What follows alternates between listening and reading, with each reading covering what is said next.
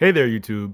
My name is Suru, and this is my first official YouTube video, and also my practice devlog.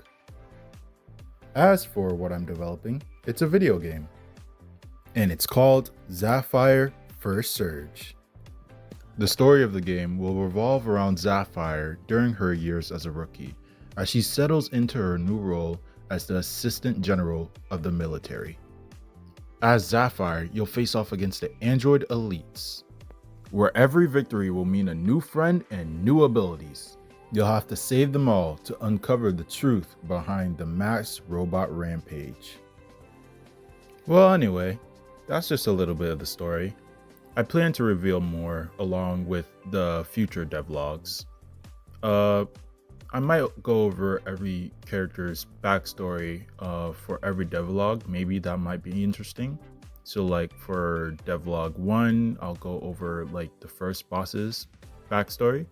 That could be pretty cool. I also don't want to reveal too much, for the sake of spoilers. I want people to be able to enjoy my game for the first time and get surprised by the plot twist. So I won't be saying too much, but I'll give you guys just enough to interest you. As for what I'll be showing off, it'll be a lot of like the drawing process, like sketching out characters, thinking about the ideas, thinking about how certain elements could be best portrayed through the little designs on characters and like the things they wear, and also like story building. For me, like drawing characters and writing out the story is actually not that hard, but the difficult part for me would be like world building, and I mean that in the literal sense, like drawing out the landscape, how the building should look, what like complete NPCs should look like background characters. Things like that are a bit difficult for me. So I've been studying a lot on how to like just build your world out from like a visual standpoint. And yeah, that's kind of what I've just been like focused on really. So a lot of the devlogs will be like me showing off what I've learned or studied like each day, what I've been able to apply to the project, um whatever changes or I get from any type of inspiration I get, things like that. As for what I'm working on right now, uh I've been really focused on making sure that the feel of the game is pretty good. So something that I learned while drawing and animating was that a lot of the animations for the games that I love, usually they focus more on snappy controlled movement, while trying to really balance out that smooth feeling. So even though your character like animation might be snapping from one movement to the next like really fast, um most of the time those animations will be used in scenarios where the player is more focused on like the bigger picture rather than just the character themselves. So the movement will still look really good and pretty beautiful, despite actually being the most grotesque thing possible. So that's what I've been really focused on. So just like uh, making the most out of the minimal animations I can while still capturing that fluid feel. For reference, I been studying a lot of Hall Knight, specifically Silk Song. I've played more Silk Song than I have the original Hall Knight, simply because I enjoy a really fast, speedy character. That's the same feel I'm giving for my game. I felt like the knight from the original game was pretty slow and clunky. He was more of like a tank character, which is still pretty cool, but I prefer to be able to like zip around the screen. So Hornet was just a more enjoyable option for me.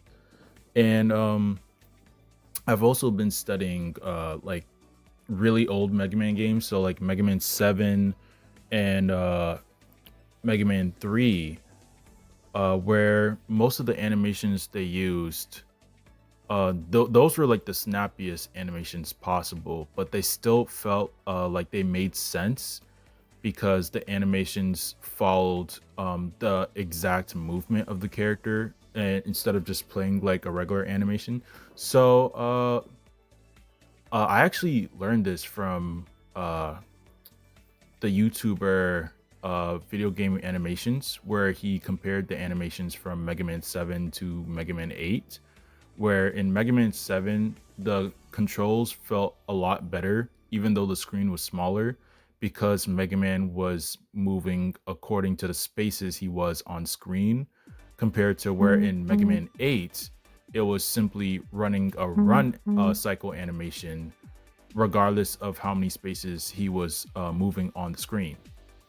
So to make it make more sense, in Mega Man 7, let's say you have like 4 frames, and that's of Mega Man taking like one step, right? So the first frame of Mega Man would be like focused on where his left leg is behind his right.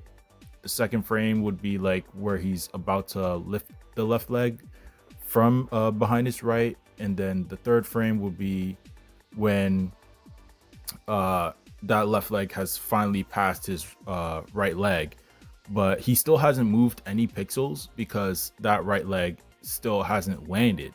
And then on the fourth frame is when he finally took the actual step, and that's when the character model will be moved like let's say 3 pixels on screen before going back to that original getting ready to take another step frame.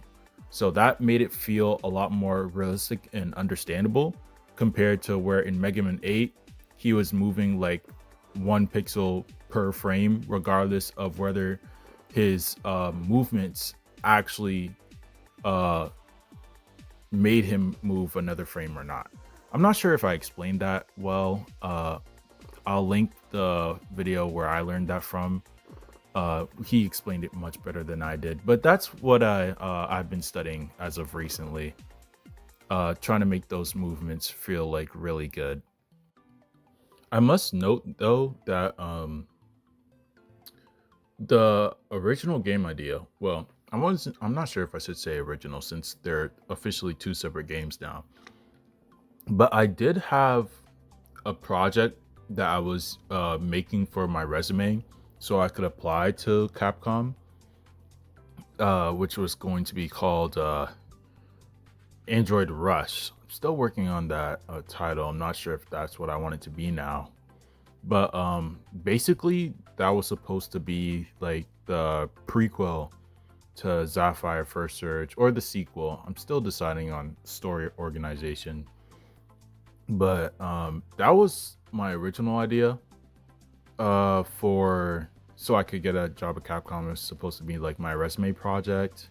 But even though I tried to scope small, I still ended up like making a mistake and uh over scoping.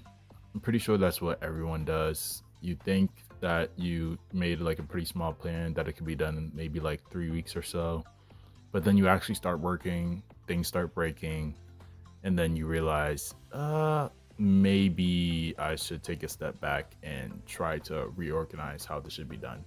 So that's what happened to me. And I decided that the Android Rush project is a really cool project and I probably shouldn't change it.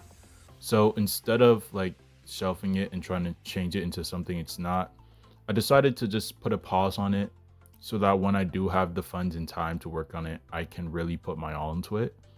And so for the time being, I'm just going to be working on Sapphire First Surge instead, since it's a much smaller scopes game, similar to like Mega Man 1.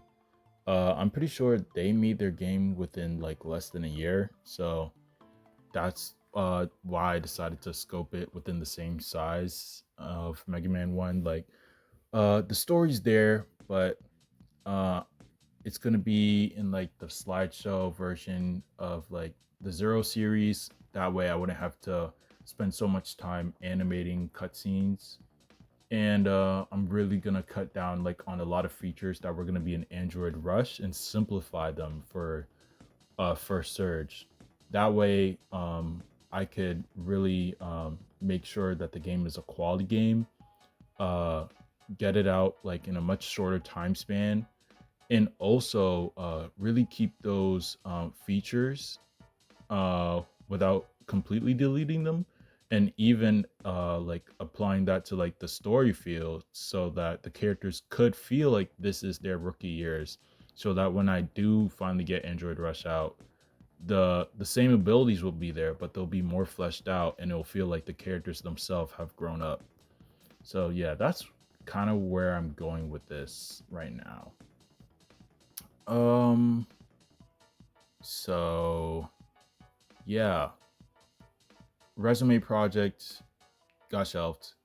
It's on pause. Uh, New resume project, Zapphire for Surge. Half resume project, half indie project. Honestly, if I get the job at Capcom after making this game, cool. If I don't, um, hopefully you guys love this game and you're able to support me through this game. So yeah, that would be cool. I'm not sure if I want to make a Kickstarter for the game or Patreon. I'm still deciding on that. I'll let you guys know in like a future devlog. But yeah, that's honestly all I really have to say. I'm not even sure what I'm gonna put up for this video. Whatever film you're seeing is something that past me or future me is gonna be putting together. And I'm just recording this like off the top of my head, so I honestly don't know what's gonna be on the screen. Hopefully it's something cool. Hopefully you guys love it.